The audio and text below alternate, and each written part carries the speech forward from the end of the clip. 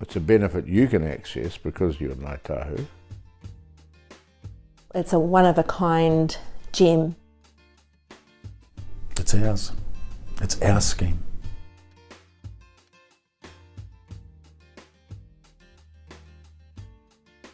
We all know that this is an important day.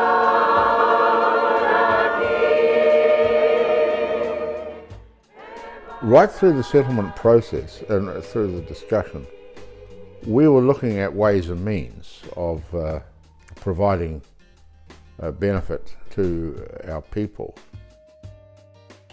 I've used Whai Rawa for my student loan, so I used what I had saved to contribute to paying off my loan.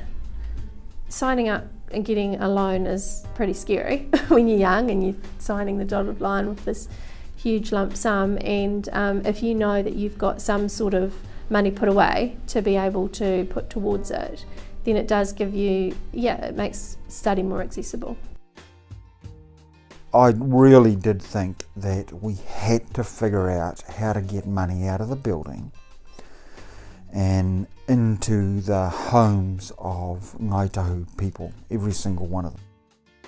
Most people said, if a part of the New Zealand dream is owning your own home, then we would like it to be that Ngāi Tahu people in the future are able realistically to pursue that dream. I've used Whai Rawa to get our deposit for our house. So we've bought our own house here in Dunedin. So it was just about the time when quite big deposits came in, and we wouldn't have actually been able to get our house if we didn't have that deposit. So yeah, it was actually really fundamental in us being able to buy our first home. An impact we can make in one whānau's life in Ngāi Tahu, an impact on their tertiary study, an impact on their housing, their home ownership, or on their retirement, for me is an amazing, successful outcome.